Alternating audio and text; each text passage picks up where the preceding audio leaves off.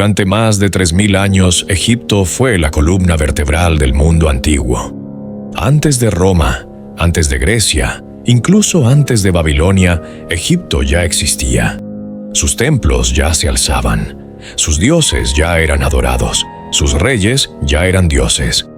Mientras otros pueblos levantaban chozas, los egipcios erigían pirámides con precisión milimétrica, alineadas con las estrellas. Construían no solo para vivir, sino para perdurar más allá de la muerte. Para los egipcios, el tiempo no era una línea, era un ciclo eterno, y ellos creían haber encontrado el modo de insertarse en ese ciclo. El Nilo era su sangre, el desierto, su escudo, y el faraón, su puente con los dioses. Esa mezcla de geografía, religión y organización convirtió a Egipto en una máquina de estabilidad, siglo tras siglo, dinastía tras dinastía. Pero nada es eterno, ni siquiera aquello que se construyó para resistir el tiempo. La historia de Egipto no terminó de un día para otro. No hubo un solo enemigo, no hubo un colapso explosivo. Hubo algo más letal, una lentísima pérdida de poder, identidad y fe en sí mismos. Y esa es la historia que casi nadie cuenta.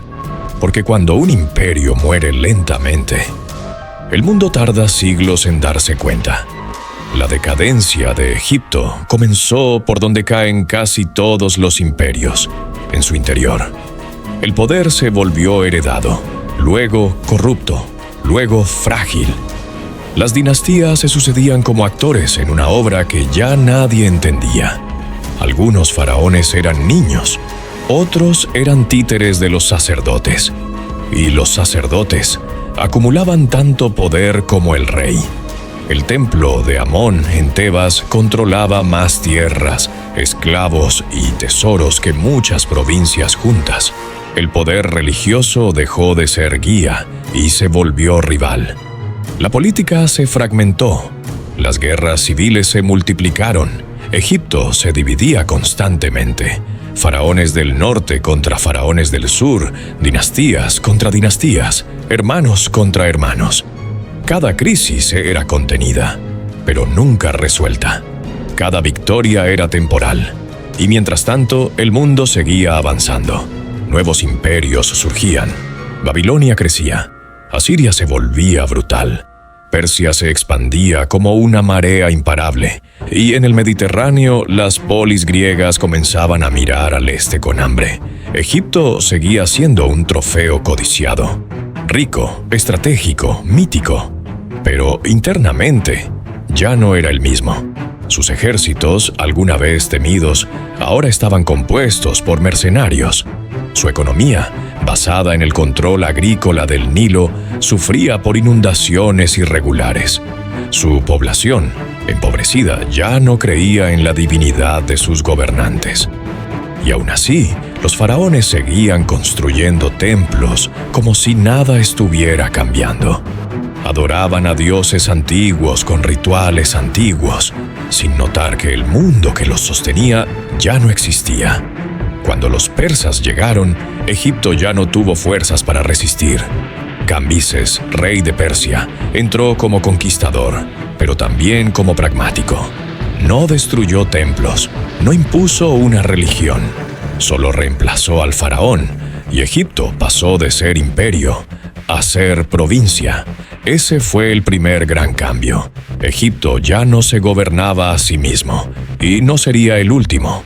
Después vinieron los griegos. Alejandro Magno fue recibido como un dios viviente. El pueblo lo aclamó no porque lo conociera, sino porque traía orden. El oráculo de Amón lo proclamó hijo de Zeus, y los egipcios, cansados del caos, aceptaron esa nueva divinidad extranjera como si fuera propia. Pero Alejandro murió joven, y su general Ptolomeo fundó una dinastía nueva, griega por sangre, egipcia por apariencia. Los Ptolomeos fingieron ser faraones, aprendieron el protocolo, hablaron el idioma del templo, participaron en los ritos, pero gobernaron desde Alejandría, no desde Tebas o Memphis. Hablaban griego, no egipcio. Su mundo era helenístico, no faraónico. El Egipto de los antiguos se transformó en una máscara, bellísima, pero vacía. Y entonces llegó Cleopatra, la última reina, la última defensora del viejo Egipto, cultivada, inteligente, políglota.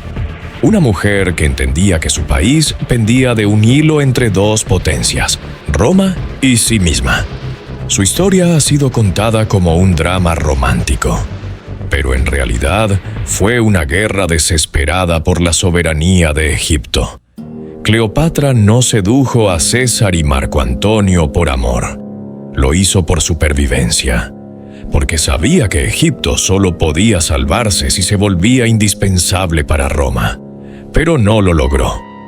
Octavio, el futuro emperador Augusto, la derrotó en Accio, y cuando entró en Alejandría no dejó margen para el pasado. Egipto fue anexado formalmente. Se convirtió en propiedad personal del emperador.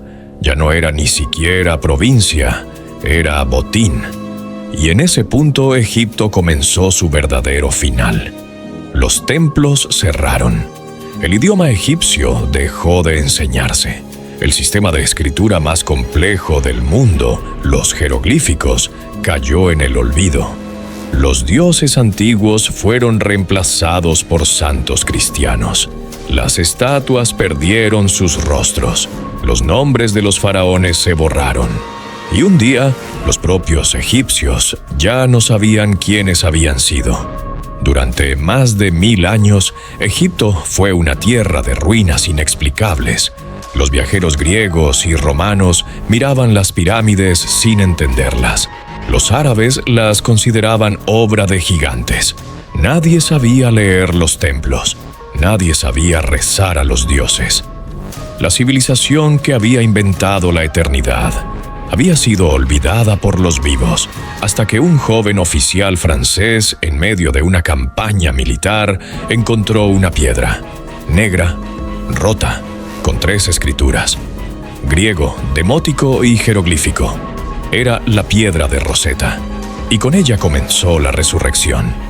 Champollion, tras décadas de trabajo, logró descifrar los jeroglíficos, y Egipto volvió a hablar, volvió a contar su historia, volvió a recordarnos que fue grande, que fue eterna, que fue humana, y nos dejó una advertencia: no importa cuán alto construyas, cuán largo gobiernes, cuán divino parezcas, si dejas de adaptarte, si olvidas tu alma, si crees que el pasado basta para sostener el presente, morirás, no con un estruendo, sino con un susurro. Egipto no fue destruido, se durmió, se perdió a sí mismo y tardó siglos en recordarse. Pero quizás al mirar sus templos, al escuchar sus nombres antiguos, al descifrar sus secretos, también nos recordamos a nosotros mismos, porque hay civilizaciones que desaparecen y otras que, aunque mueran, nunca dejan de hablar.